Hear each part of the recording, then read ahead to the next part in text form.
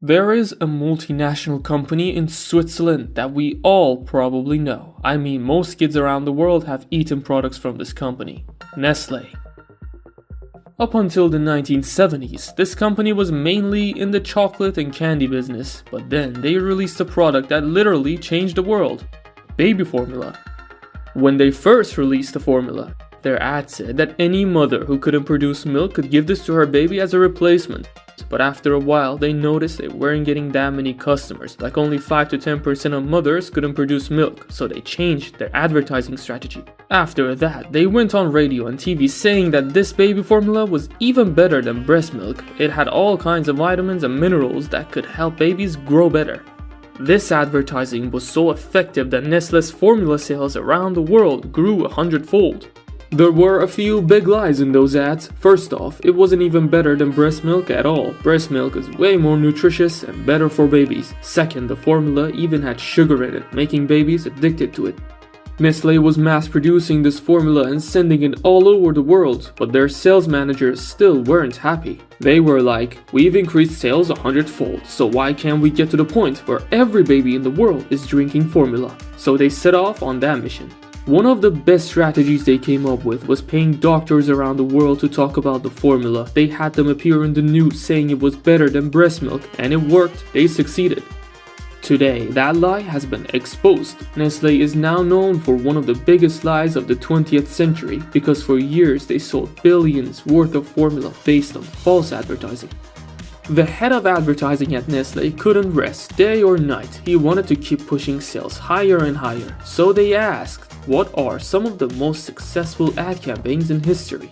One answer was cigarette ads, which were from a bit earlier than the time we're talking about, but they were successful, so they decided to take inspiration from them. They studied all kinds of cigarette ads. They noticed instead of saying, hey, smoking causes cancer and is bad for you, cigarette companies would hand cigarettes to attractive famous people and have them smoke on camera. When people saw that, they were tempted to try smoking themselves.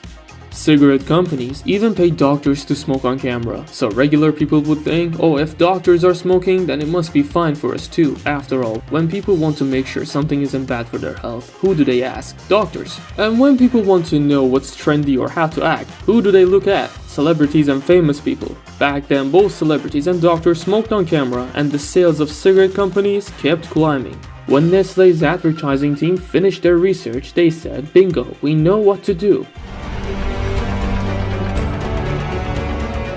They decided to follow the same approach as cigarette companies, pay doctors not only to say that formula is better than breast milk, but to go as far as claiming that breast milk is harmful. And don't think these ads were just in Europe and America. They had a global plan. They targeted all of Asia, all of Africa, and the entire Americas from north to south, as well as all of Europe. This whole web of false advertising covered the globe. But Nestlé's biggest sales, believe it or not, were in Africa. Why? Because Africa had the highest birth rate, which is still true today. Africa has the fastest growing population. But Africa had one big problem: lack of development.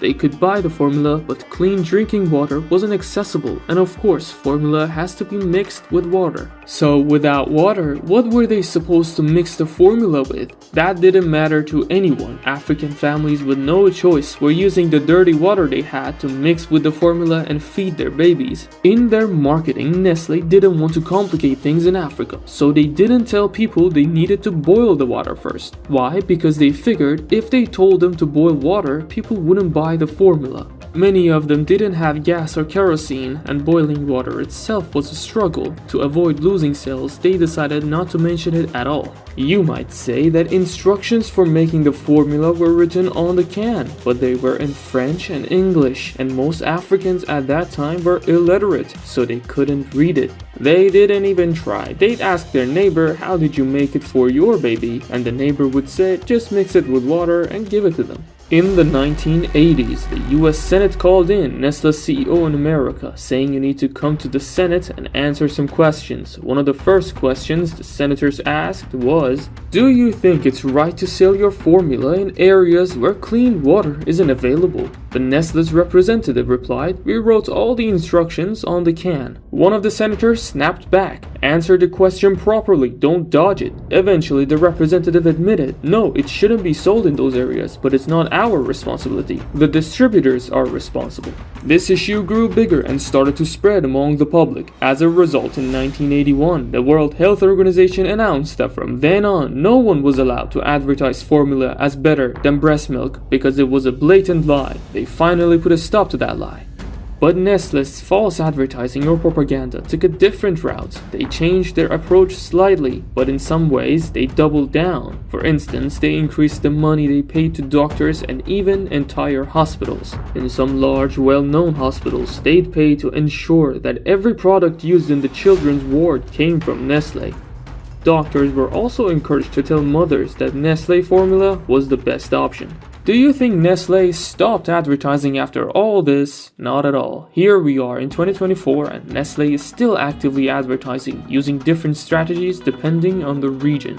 We all know that water is essential to life and without it there is no survival. In most countries, the tap water you get is way cheaper than bottled water. Basically, if you're a scammer, you could bottle tap water and sell it to people at a huge profit.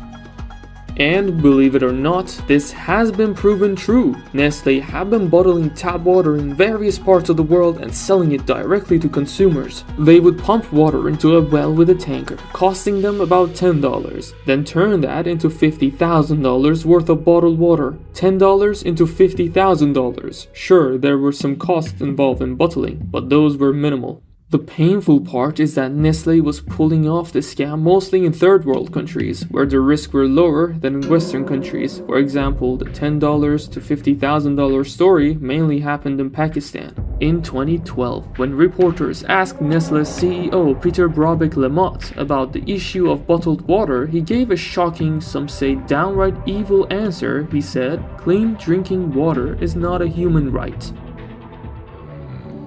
Öffentlichen Recht erklärt wird. Das heißt, als Mensch sollten Sie einfach Recht haben, Wasser zu haben. Das ist die eine Extremlösung.